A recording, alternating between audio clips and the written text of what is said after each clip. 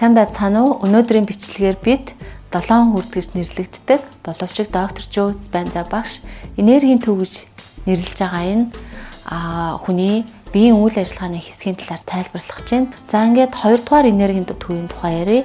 2 дугаар энергийн төв нь хүний булчирхаагаар ярих юм бол бөөрийн дээд булчирхааг агуулсан. За тэгээд давсаг, хүний ялгаруулах эрхтэн тогтолцоо, хүний шингэний үйл ажиллагааг цэвэрлэх, гаргах энэ эрхтнүүдээс бүрдсэн юм энергийн төв байгаа.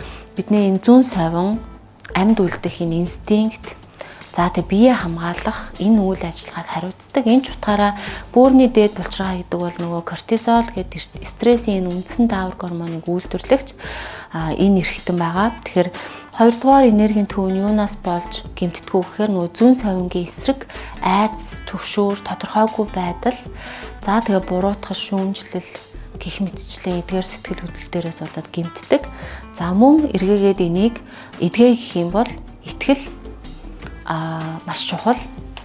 Тэгээд хүн өөрөө өөрийгөө сонсох, дотоодтойгоо ярилцаж сурах, өөрийн ухамсартай холбогдох нь зүүн совингаа сайжруулах нь эргээд хүнд ингээд гүн бат бүрийн gut feeling гэж англи хэл дээр ярьдаг. Тэг гидснээсээ зөв гэдгээ мэдж хийх энэ итгэлийг өгдөг буюу энэ үедээ бид сая маш амар амгалан айц хүйцгүй амьд үлдэх гэж ингэж нөгөө зүхт тэмц нуугд гэдэг энэ гормоор ажиллах биш, энэ бүтээлч байдлаар амьдарч орших энэ төлөвч шилждэг байна. Өнөөдрийн бичлэг энэ хүрээд өндөрлөлөө. Та бүхэн 2 дугаар энергийн төвөө сайжруулж үйл ажиллагааг нь тэнцвэржүүлмээр байвал тархиа өөрчил төвийн энергийн төвүүдийн агсан болон анхан шатны бясалгалыг хийгээрэй. Баяр таа.